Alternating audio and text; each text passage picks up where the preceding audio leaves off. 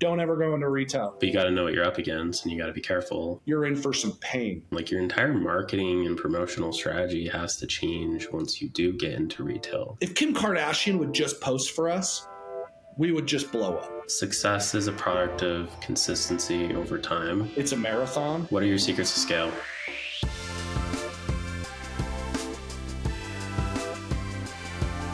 On today's episode of the podcast, I have Mike Alexander, CEO of Borboleta Beauty, on the show to talk about getting into retail. Retail is one of those things that a lot of brands really want to get into, but they don't really understand what it takes or what it really looks like or what they might need to have in place in order to get there. Mike is an absolute expert at getting into retail, specifically in the beauty space. He has landed retail accounts and knows a ton about it. He's the go-to guy in my network for all things retail. Anyways, I think you guys will get a ton of value out of this episode, so let's get into it. Welcome to the show, Mike. Super excited to have you, man. Tell us a little bit about who you are and what you do. Yeah, I'm Mike Alexander. I'm the CEO of Borboleta Beauty. We are a professional lash supplier. And we're all things lashes. Like, we are the eyelash experts in the world. And so we supply pretty much everything that a lash artist needs with world-class products so that she can apply and run like a lash studio. And to do lash extensions, but we also sell lash aftercare. And then we also have like a very robust education so that if someone graduated from aesthetic school and they never learned lashes in school, the state still requires them to have a license so they can come and take our classes and learn how to do lashes so that they can provide that service, in their studios. So we are everything lashes and the lashed experts. We like to say we're lash obsessed. How long have you been in the role? What's your story? Kind of what led you to taking on the role of CEO at Borboleta? Yeah, it's all this kind of, all these things are kind of it's always kind of a crazy journey when you really go down, and it's hard when you're kind of going forward. It's always easy to look back and kind of see how things came into place. But I actually started my career wanting to be like a hospital administrator, like 12, 14 years ago.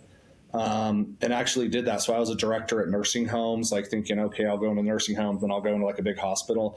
And I wanted to be like a CEO of hospitals. And I got into that, and that was like not the world for me at all. But I learned a lot about, like, my very first role. I had like 60 employees.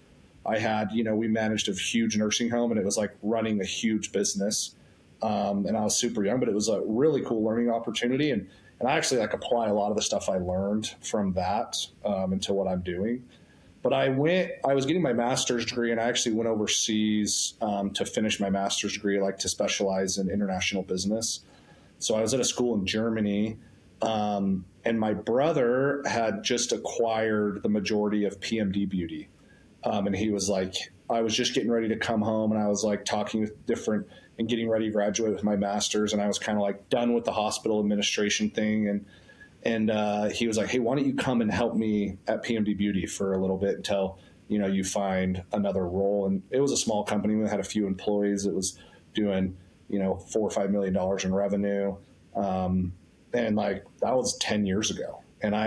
So I went into PMD Beauty, and really the goal was like, hey, can we get into retail? They had just landed some retailers, and they were like, can you manage those? And then can you get into more retailers? So we had like a list of like 30 retailers that we wanted to get into, the major premium retailers. And like within 3 years, like that list was crossed off. Like we had gotten into every single one of those retailers, a brick and mortar and an e-commerce, and grew that business to a pretty significant business. But it was cool for me because I was like able to learn distribution. I was able to learn e-commerce marketing, and like, we were a small business, so I kind of had to do everything. And that was like a huge blessing to kind of set me up now to come in and build that business, because I spent almost 10 years like building one.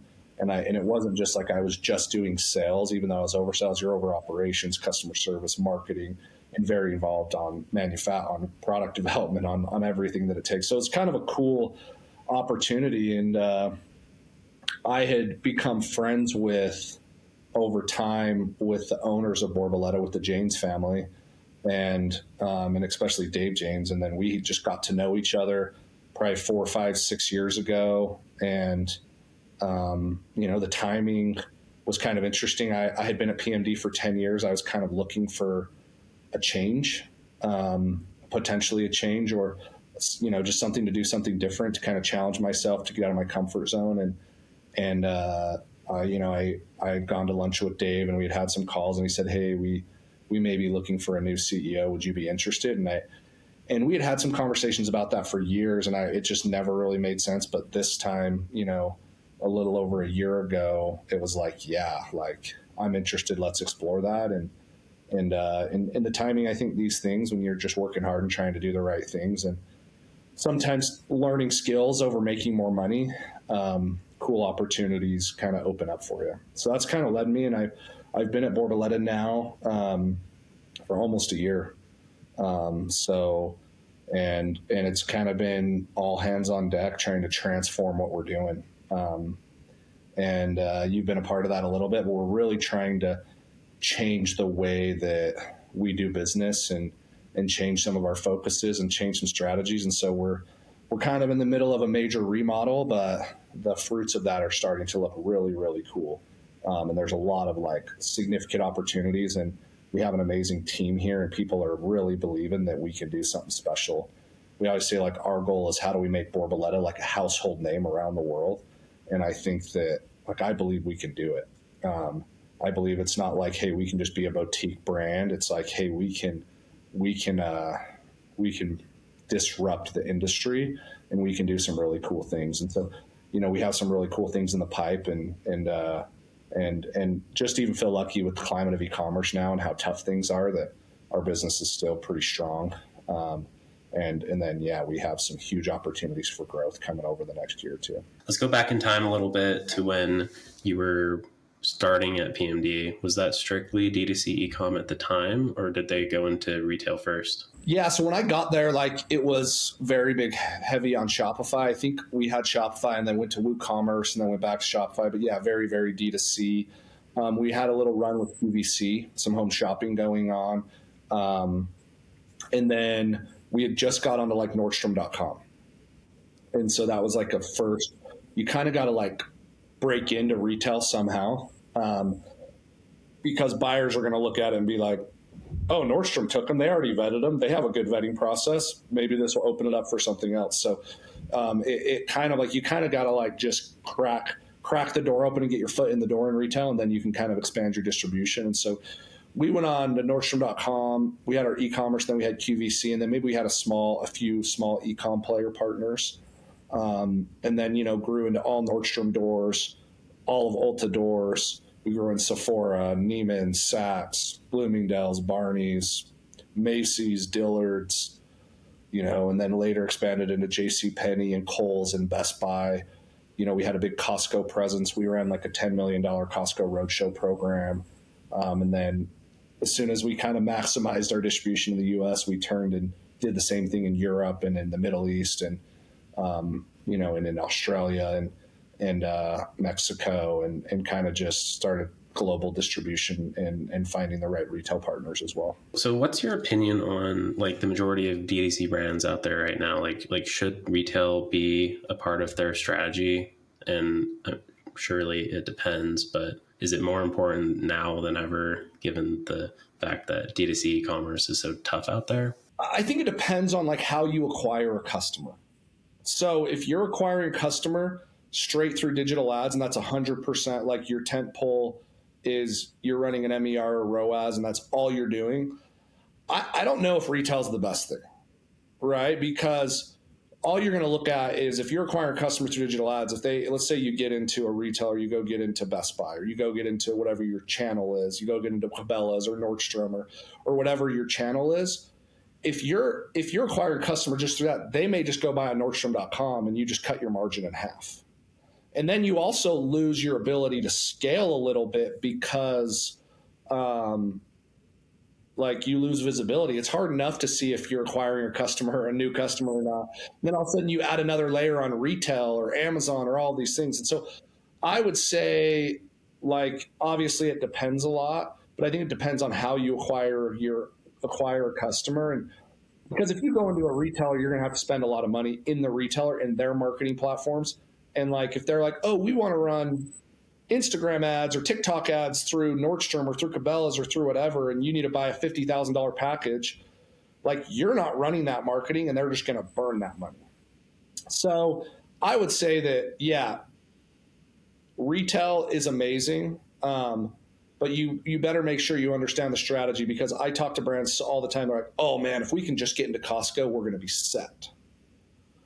And it's like, I always say in retail, if you ever use, if we do this, then we're going to be this, you need to like check yourself, because there's not going to be like the moment where you're like, boom, it's huge. Like, because you haven't calculated for returns, you haven't calculated for chargebacks, you haven't calculated for them not paying you on time, cash flow, right? All this crap that you're going to have to deal with, that if you've never messed with it, like it's a really good learning, but it also can be like a huge challenge. And I think brands should do it 100%, but they better make sure that it's like that they're ready, that they have people to manage it, that they have smart people that know what they're doing. Because there's nothing worse than when you sell like $2 million of product to Costco and they're like, oh, we're so excited, we need 800 pallets worth of product. You send it to them, and then you get a call from the buyer 2 weeks later, says, hey, we're not happy with the sell-through, come pick it up. And if you don't pick it up within 7 days, we're going to toss it all. And so you're like, and then you're like, oh, to go pick all that up, you got to go pick up 800 pallets. It's going to cost us $80,000. So all of a sudden, not only did you just, the opportunity not go good, it also just became a huge loss leader. So you better make sure you kind of know. I'm a big believer in like crawl, walk, run, right? Go onto an e-com, get on one of their e-coms. Even if you drop ship for them a little bit, a lot of them now have marketplaces. You can kind of learn that and then be like, okay, we got a feel for this. We know how they pay us. We know how they bill us. We know how they invoice us. We don't have to like get to the end of the year and be like, wait, we did this much in revenue and they only paid us this much. And then you end up got to write off a whole bunch of money. So there's a lot of things like that that are just take some disciplines within the business and what your technology and your EDI and your accounting, and just making sure that you can handle it. Yeah, it seems to me like if you're a D2C brand and you're just killing it with Facebook ads still, like if you can do that profitably and at scale, then there's really no reason to get into retail, right? Because you got to protect that margin. I'm a believer in like what's called organized thinking. If you know something about me, like I'm a chatter. So like all of a sudden I can just chat all day and then you're like, we didn't get anything done. So like now I know that about myself, a little self-awareness. So now I'm like, okay, I have systems to the way we talk about things and think about things. So I have what's called like my retail system when you look at a retailer and how you score those things. And so if someone came in and said, you know, we've had conversations in our business, do you want to get into this retailer? You know, we have several beauty retailers. They're going to put you on their .com, their marketplace, and then you end up just talking about it all day, the pros and cons, and it's not organized thinking. And so I have our team come in and say, is this going to create more brand awareness? And they have to score that between 1 and 10. How much brand awareness? If Borboleta gets into Nordstrom or Dillard's or Macy's or Ulta or whatever it is, how much brand awareness is that going to create? Is it going to help us acquire a new customer? The second is credibility. Is it going to bring brand credibility, right? And there is retailers out there that bring legit brand credibility. And so you look at that and you're like, well, how much credibility do they bring? Do we want to be a premium brand? Do we want to bring a mass brand? Do we want to bring this? And customers may be like, oh, dang, this brand's in Walmart. They must be legit. Or someone else on like a beauty side or a luxury side may, man, this product's in Saks Fifth Avenue. Saks Fifth Avenue may all of a sudden just give you the credibility you need to kind of step up even within your ads. And then the last is profitability. So they have to score how much brand awareness are they going to create? Are they going to help us create a new customer? Are they going to bring more brand credibility? Are they going to improve our brand equity? And then the third is how much money do we make doing this?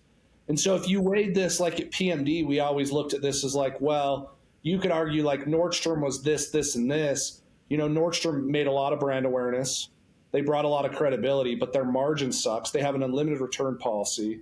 And so the profitability is like a 2, but maybe brand awareness and credibility like 10, so you're like 22.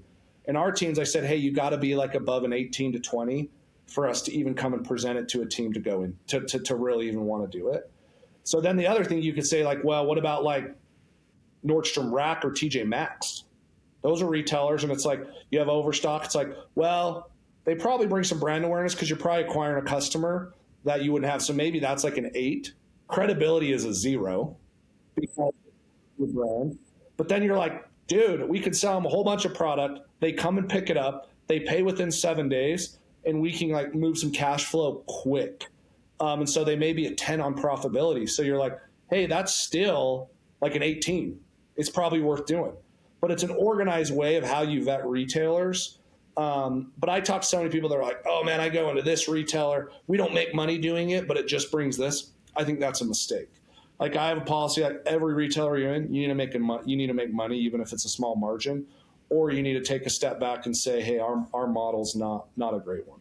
Yeah, I really like that. I really like that system, and I think it's a really strong approach, especially for a lot of brands listening in that have probably had the thought of retail go through their minds, like how to assess what's a good arrangement versus not so good arrangement. But what's your opinion on what does a brand need to have in place before they start venturing into retail, like in terms of sales volume, in terms of supply chain, in terms of inventory, cash flow, like all of those considerations?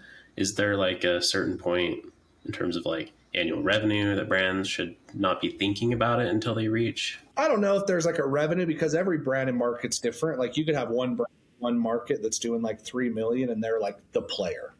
And then you can have a brand on the other side that's like, we're doing 30 million and we're a tiny player, right? So I think it kind of depends. I would say if you're doing your own fulfillment, like a lot of brands do start, like you're going to have a hard time going into a retailer unless you got people there that like know what they're doing. Because like, for instance, if you send a box to Costco or Nordstrom or someone and the barcode's like even tweaked like a 1 degree, they're going to charge you $500 a box.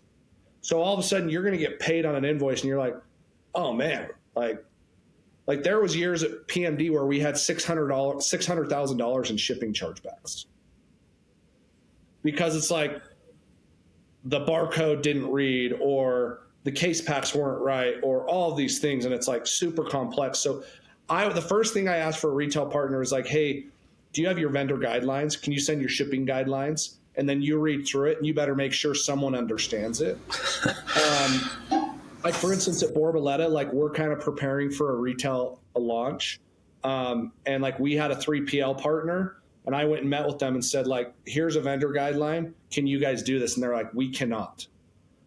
Like, period. We cannot do this. Because I said in our contract, if we get chargebacks, you're going to have to pay for them. So I went out, we changed 3PLs last year because I went and found a 3PL that's like, we already do. We work with 50 retailers across country. We understand it. We have the technology. We know we can put these vendor guidelines into a system that has a quality check, and we will pay any chargeback that we get, right? Like but that's a discipline that they do.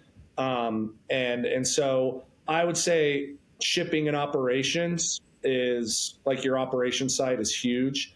Like EDI technology, so that, orders, when we used to get our first Nordstrom orders at PMD like 8 years ago, we would have like an accountant. She'd be like, oh, we got Nordstrom orders. It's going to take me like 20 hours to input them into the system because they would come through paper because we weren't set up EDI. And then we hired like a junior accountant just to do it all the time but then like, as soon as we started rolling to other retailers, like, hey, it's too much work you're going to have like 10 people just doing invoicing. Where as soon as we set up the technology for EDI that linked into our accounting system and everything. So I would say like your accounting team better understand what's going on or you're going to get hosed because like part of the profit machine of these big box retailers is to hose people on shipping and accounting errors. Like they'll say that it's not, but it's like they make a lot of money sending chargebacks. So you're thinking, I'm going to get paid 100 grand, and you get a check for 80 grand, and then you get the remittance, and there's like 50 things. And then they're like, oh yeah, if you have a problem, just go ahead and challenge these. And then it's like working with the IRS. Like it can literally take years to win that. And if you're a small team, it's just you're going to have to write that crap off and just say like, it's a cost of doing business. So I would say, make sure you have an operating partner that's like, this doesn't scare me one bit. This is a discipline I have. Bring it on. We can do it. And then an accounting team that can handle it. And then third, like I always say, someone's got to own the retailers.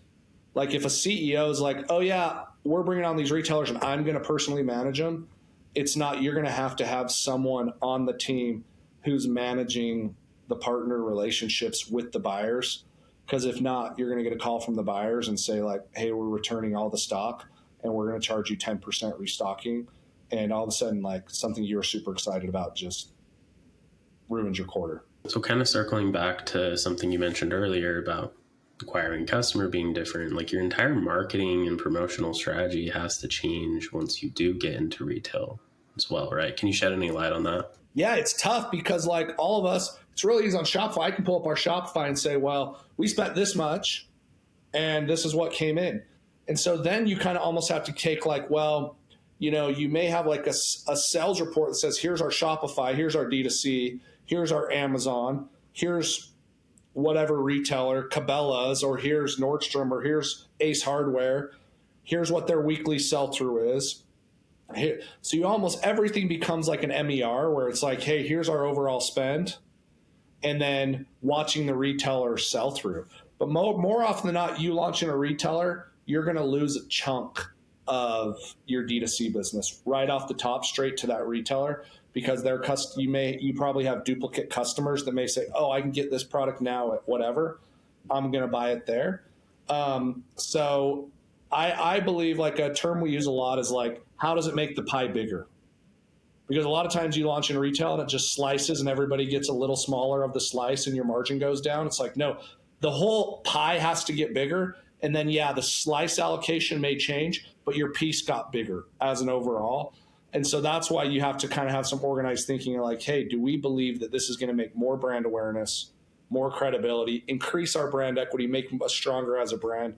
And then, you know, third, are we going to make money doing it? Yeah, just making your products more accessible can at times hurt your margin. So making sure you have enough volume in those marketplaces and retail stores is really, really important. Yeah. And then the problem is like retailers are amazing because when things go awesome and like their sales are strong, you can make bank and you can grow and acquire a customer.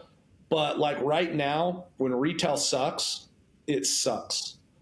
And like a lot of these buyers are bonused off of inventory turns. So all of a sudden, if your product's sitting there for some reason, they're going to call you and say, hey, we're going to mark it down 50% off. And we're going to go online. And all of a sudden, the first thing that's going to show up on Google is 50% off. All the other retailers are going to price match it. And all of a sudden, your brand credibility could go into the crap in like 2 seconds. And there's nothing you can do about it. And then you call the retailer and you're like, hey, buyer, like you cannot do this. And they're like, well, we have $500,000 of your product. You can either return it all. We can either return it all right now, or we're going to mark it down to sell it through because we have to have our inventory turns. So it's all great when it's great, but it gets real bad when it's bad. And right now it's bad because like you got a lot of these retailers that Macy's is just closed a bunch of stores, laid off. Nordstrom's closing, like Nordstrom left can't, like there's a lot of these places that are like really hurting, but it's awesome for the consumer because everything's like 50, 60% off. But it's like brands are, when you see a discount in a retailer, you walk into one of these retailers, things are like 50, 60% off. I was in a Saks Fifth Avenue the other day and they had all women's apparel was 70% off. And I just said, these poor brands, because what they're saying is, hey, we're not going to pay you. We're not going to like, they can kind of hold the cards. So when the economy goes down and people aren't going into retailers anymore, you better make sure that your brand can handle those rainy days and handle those chargebacks and handle, you know, promotions and handle those things because it can get real sticky real quick. Make sure you're preparing for the storm while things are good, right? Totally. And we would accrue like a certain amount against retail POs and just put it on the balance sheet to say like, hey, if things get crappy, we have this big fund that we can, fund promotions, do certain things so that we just don't get, if all of a sudden they're like, hey, we need to return $250,000, you're like, well, we have 200 on the fund, so it's only a 50 grand hit. It's not going to be like you're screwed, right? Or it's not going to ruin a month or a quarter. But I've had plenty of times where we ruined a month, quarter, and frankly, like a whole year because the retailer buyers, or like you have a buyer that's amazing. They buy a lot. They put you on the end cap. They love the brand. And then they're like, hey, I just got a promotion. And now you got like a buyer that's not great. And she's like, I don't like your brand. I'm pulling you off the end cap. I want to return all the product that was on the end cap. I want to do like all this stuff. And then like your life can get real hard, real quick with just one buyer change with like in a couple weeks. And so I always tell our teams, like when you have a good buyer, like build it up as much as you can, because the problem is good buyers always get promotions. And so if you have a good buyer, they're not going to be around long, and bad buyers don't get promotions. So when you have a crappy buyer, like they're going to be around a while because they're not moving. So but yeah, those are just things to kind of be, I kind of sound like I'm just like downing on retail. But I think it's just because I have like a lot of battle scars and a lot of there was also like some really amazing, really cool things where there's nothing better than like the first time we did like Ulta 21 Days of Beauty is the first time we'd ever done like a 50% off. And we sold, I think we did like $1.1 million in 24 hours. And it was like, oh my gosh, that's such a cool thing, because it would have been hard to do that in any other platform. But they just have such a marketing machine and direct mail and digital ads and influencer and celebrity plus 1,800 stores. Like it was like, bam, look how big, like it was huge. Like we did our second Prime Day. We were on Amazon Luxury Beauty. It's premium beauty now. But they're a one piece, so we sold directly to Amazon. We had a $2.2 million Prime Day, right? In one day. And so such a cool thing, be like, oh my gosh, like it kind of like opened like what the potential is if things go right. And if you hit advertising and marketing and influence and all these things right. So it's not like all down. There's huge opportunities if it's done right. Like I remember we got into the Costco gift guide. They have a 12 days of Christmas in like 2018 or 19. And we luckily were like, how it worked is they would send an email out to 25 million people of like 12 days of Christmas. And we were the second day. And so on the first day, we weren't on the email, but then on the second day, we were like the premier email. But then on the third day, we were like still on the premier. So every single day, like twice a day, they were sending out emails to like every one of their customers, 20, 30, 40 million people. And we were like, bam, right there on mobile, on their site. And we did like, I don't know, a lot. We were selling like, and it was drop ship. So it was just like, we were selling, and it like, I think we did like, around 1 million, like a significant amount of volume. And it was awesome. So like, there's some cool things like that where you're like, oh my gosh, we just acquired like 15,000 customers. Getting into retail is great. You can make a lot of money. You can scale. You can have more reach than anything else by doing that. But you got to know what you're up against, and you got to be careful, because there are dangers in getting into retail. And if you're not super, super careful, it could kill you. So when I came over, everyone's like, oh, retail in beauty. So like a lot of the board at Borboleta and our ownership group's like, so can you get us into retail? And it reminded me, there's a part on The Office where Dwight's with Michael, and Michael's like, Dwight, we need your undivided attention. And he's like, you couldn't handle my undivided attention. And I always like think like, hey guys, like our business is not equipped to go into a Nordstrom right now. Like we could do it, but there'd be some pain along the way, where I think we're like 4 to 6 months away. Like our plan is we're going to be launching into some retailers in the fall, but like we've been working hard at it for a year. Technology, we changed 3PLs. We had to move we're moving all of our products to correct case packs, working through accounting systems, how our AP, how our invoices, how our team markets, right? We've been working hard on Google to make sure that's controlled. So like, and then understanding Amazon and how that's going to be, because Amazon price matches everything. So if all of a sudden you go into Nordstrom and Nordstrom's running a 15% off all the time, all of a sudden you just slashed your Amazon business and your whole ecosystem. So is a mess. So you kind of gotta make sure like, hey, when we're ready for this, we know what it looks like to go in and do it. Let's say you came into Borboleta as CEO with no prior retail experience. The brand was fully ready and equipped to adventure into retail. What's your first move? Whew. I think like if you came in my office right now, we have list of retailers and like we have tier ones, tier twos, tier threes. So like in every industry, there's a pecking order of retailers, right? So the challenge is like, for instance, in beauty, and I'm going to speak in beauty a lot because that's kind of been my world. But if you look at like in beauty, if you go into, like if I went into Macy's right now, if we went into Macy's very first, Nordstrom would never touch us, right? Because they're like, oh yeah, they're in Macy's. They're down the totem pole. And most of the time, unless we were doing like huge and just became like a crazy success, Nordstrom would be like, no. Sephora probably wouldn't touch you either. And so you kind of have to say like, hey, who's the fish at the top? So, and then you kind of move downstream. And then once you kind of get in and can build your businesses and have a business that the buyers rely on and that the business relies on, that you have regular turnover, then you can go and be like, hey, we can kind of go downstream and get into other retailers. And so it's like really interesting. And then you also want to protect like your brand equity. Like a JC Penney who's low down on the totem pole, probably make a lot of money with them because they have so many locations. Like, but you go into JC Penney, like anyone upstream's not going to touch you. So one, I got to identify like you hear our team. I'm like, who's the white whale? Like who's the person you want to go after? Like who's the unicorn? Write them down. Who do we go after? And then you go there first. Like, and you say like, hey, we got to figure out how to get into this retailer first. And a lot of that just has to do with really understanding your market.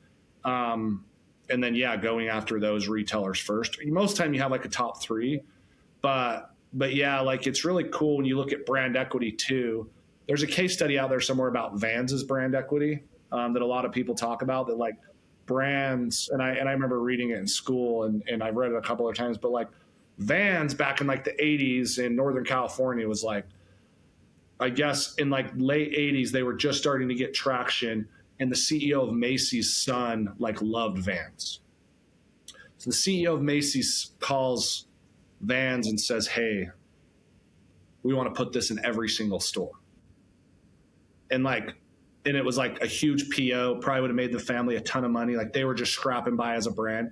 And the CEO's like, thought about it. He's like, yeah, I can't do it. Like we got to stay in skate shops only, and surf shops. And for the next like 5 or 10 years, till our brand equity is so strong. But like Macy's has Vans now. So does Walmart. So does Costco. And the brand equity is so strong that they could sell at Payless and no one would care. You're like, that's sweet. It's Vans. Like they built such a hardcore, amazing brand equity that it doesn't matter. Same with Nike. Same with some of these like really amazing brands. Like you can go into Famous Footwear. They got Nikes all over the place and no one really cares because it's like, yeah, it's Nike. Like, right. Because they started with who their ideal customer is and who was that product market fit, right? For Nike, well, for Vans, it's skaters. For Nike, it's athletes, right? But then from the outside looking in, people want to be like that target persona, and that's why they start buying in. But I think that if they would have went right into Macy's right off the bat, that product market fit wouldn't have been there. They probably would have gone under. They could have made a bunch of money, but they probably would have been a Skechers and not a Vans. Skechers is a dope brand too. I would never wear Skechers, but that doesn't mean it's not a brand that's doing like billions of dollars. Like it's awesome. But they said like, yeah, they have a total different strategy where you kind of see brands evolve and who they, but what their retail distribution affects that, right? Who their retail partners are really affects that. And there's certain retailers that you can do a ton of volume in and you just burn through your brand equity and then it kills you.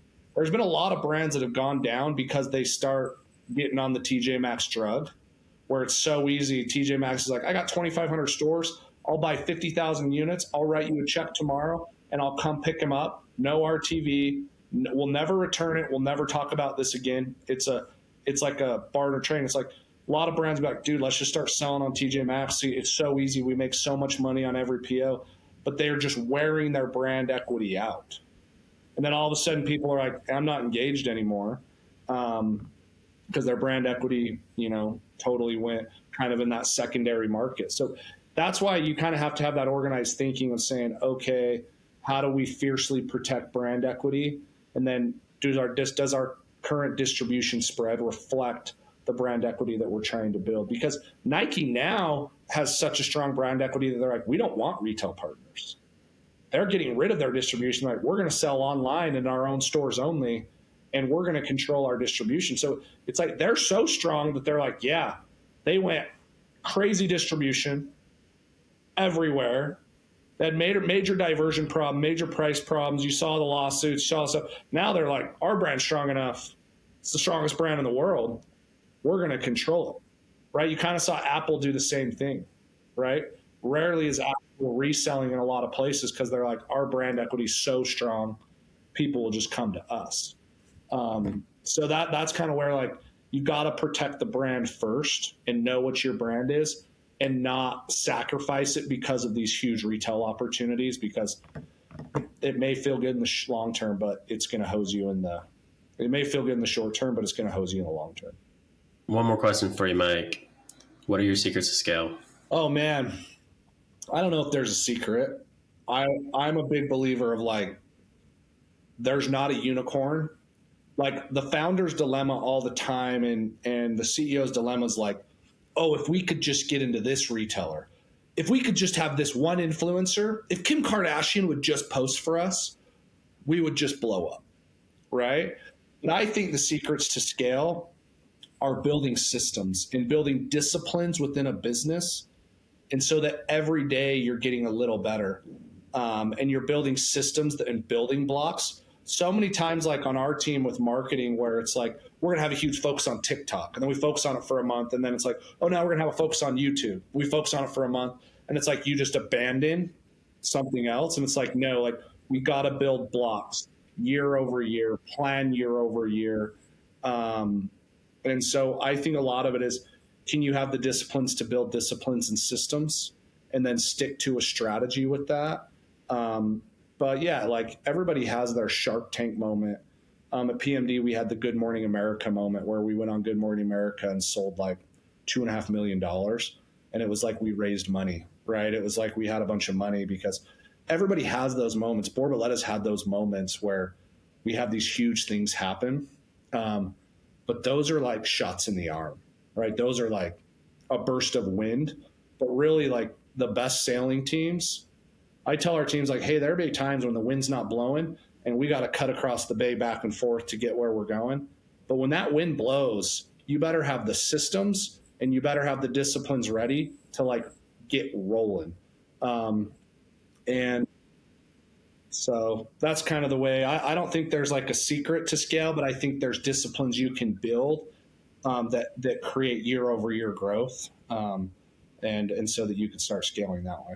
Success is a product of consistency over time, right? And systems happen to be, I agree, like, that's definitely a huge secret of scaling. And I've always told people my secrets to scale are people and processes, because those are the two things that really fuel the fire. But without the processes and the systems, like having your Shark Tank moment, like you mentioned, like just blowing up over a Kim K post of your brand, it would put you out of business. Yeah, or you make all this money and then you're like, this is normal. This is how it's going to be all the time. And then you're like, oh, let's get a new office. Let's hire a bunch of people. But then you're like, wait a sec, like, this post is going to wear off, or that injection is going to wear off.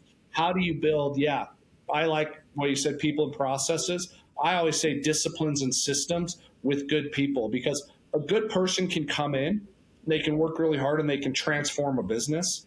But if they don't build processes of what they're doing, when they leave, it's like they were never there.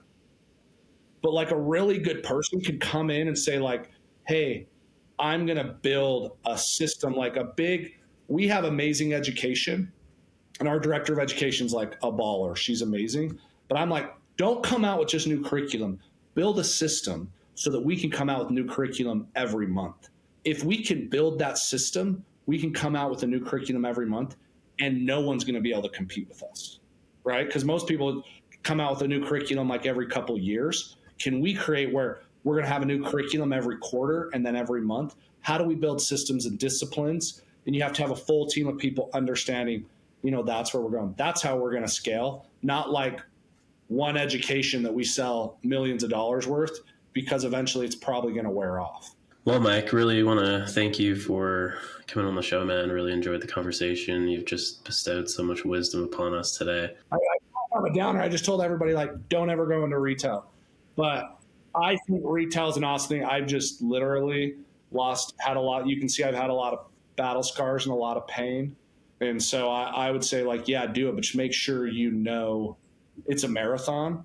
And so if people are like, I'm running a marathon on Saturday, and you're like, have you been training for it? And they're like, oh, no, I haven't ran at all. You'd be like, you're in for some pain. Most people could probably run a marathon if they had to do it. They're just going to suffer. I would say the same thing about going into retail partners. Most brands can go and do it because people are gritty entrepreneurs and they figure out how to get things done. But if you just trained for a marathon for like a little while, you could go run it on Saturday and it wouldn't hurt as bad. I would say the same thing about going into retail. Have a plan. But how most people got into retail, it's like, oh, I met someone at a trade show and they said they can get me into Best Buy, and so we're going to do it. But there hasn't been like any strategic planning on getting into it.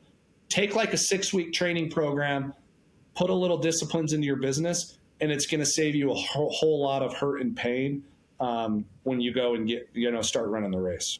If anyone wants to check you guys out or check you out or reach out to you personally, what's a great way for anyone to do that? Yeah, if they want to hit me up on LinkedIn, I get about 40 Asian manufacturers hitting me up on LinkedIn every day. And so if I don't get back to you quick, I sift through those usually on Fridays.